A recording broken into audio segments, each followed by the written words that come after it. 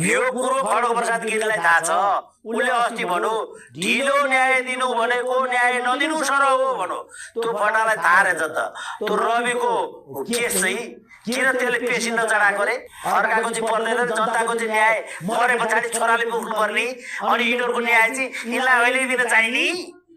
आफू चुनाव हाल्ने भयो भने शेरचन्द्र फन्डा गर्छन्, दोष पश्चिमालाई लाउँछन्। तपाईँलाई मैले पटक पटक भनिदिएको छु, टिकट बोकेर आउला नि फेरि नआऊ है केटा, चाहिँदैन मलाई। तर जनता जनलाई भन्छु, घन्टीमा भोट भन्छु। यी ढाकाहरूबाट रिफर्म भयो त काङ्ग्रेस एमाले माओवादी, तर घन्टीमा त्यति धेरै विश्वास गर्ने आधार त चाहिएन। किन चाहियो त हामीलाई विश्वास गर्ने? यस्ता बदल स्वाटहरू आउनुहुन्छ, यी केटाहरू आएर खावा के फरक पर्छ हामीलाई? छोडिदिनु त्यो राष्ट्रपाला। अहिले कसैले पनि आरोप गर्नु पाइँदैन। 5 वर्ष पछाडि भनियो यो क्वेसन। काङ्ग्रेस एमाले प्रश्न उठायो भनेर तपाईँले मैले उठाउनुपर्छ। तपाईँले जीवनमा नयाँ समाचार सुन्न पाउनुहुनेछ।